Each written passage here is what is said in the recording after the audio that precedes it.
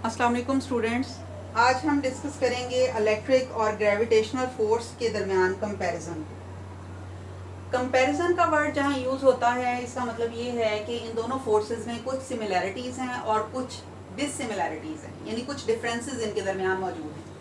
सबसे पहले हम सिमिलैरिटीज़ को डिस्कस करेंगे।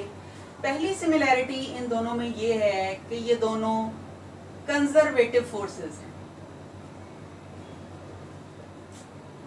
Gravitational force is also a conservative force. और कंजर्वेटिव फोर्स क्या होती है, यानी इसमें वर्क डन जो किया जाता है वो इंडिपेंडेंट ऑफ पाथ होता है,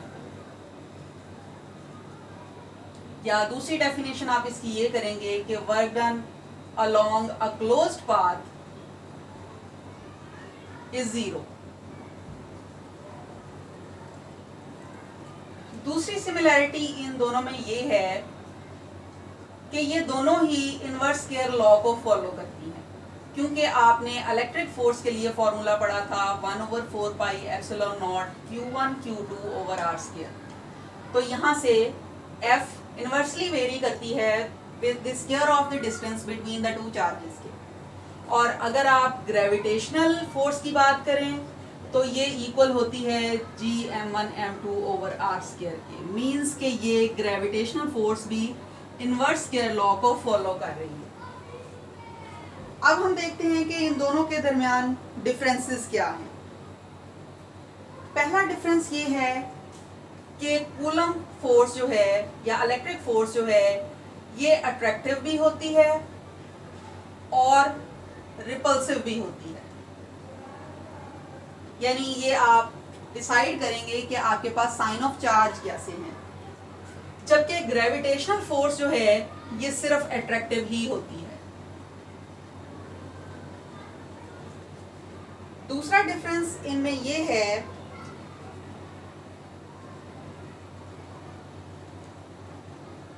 कि ये डिपेंड करती है मीडियम के ऊपर,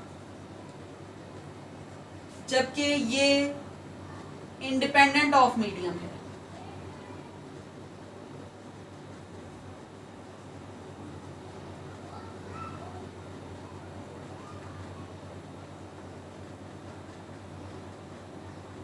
इस फोर्स की रेंज स्मॉल होती है, यानी चार्जेस एक दूसरे से क्लोजर पड़े होंगे तो वो एक दूसरे के ऊपर फोर्स लगाएंगे, अदरवाइज नहीं लगाएंगे। लेकिन ये जो ग्रेविटेशनल फोर्स है, चाहे बॉडी कितना भी दूर क्यों ना हो सरफेस ऑफ अर्थ से, ये इसके ऊपर एक्ट करती है। इसका मतलब है रेंज इज लार्ज।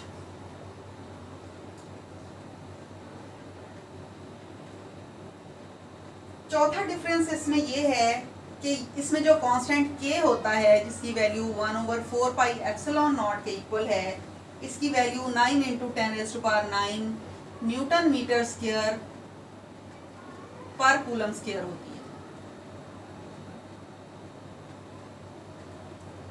यानी इसका मतलब है कि 10⁹ का चूंकि इसमें टर्म यूज हो रही है, तो इसका मतलब है ये एक स्ट्रॉन्ग फोर्स है, इसकी वैल्यू बहुत ही लार्ज है। जबकि ग्रेविटेशनल फोर्स जो होती है, इसमें जो कांस्टेंट g यहाँ पर यूज होता है, उसकी वैल्यू 6.67 10⁻11 kg मीटर स्क्वायर पर सेकंड स्क्वायर होता है। इसका मतलब ये है कि 10⁻11 की टर्म चूंकि बहुत ही स्मॉल है, इसलिए ये एक वीक फोर्स है।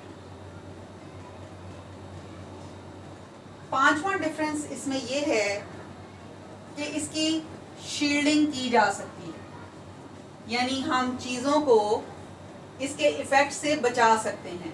ये शील्डिंग आपने पीछे जो गॉसेस लॉ की एप्लीकेशंस पढ़ी थी, उनमें हमने शील्डिंग को डिस्कस किया था। लेकिन जो ग्रेविटेशनल फोर्स है, इट इज़ नॉट शील्डेड।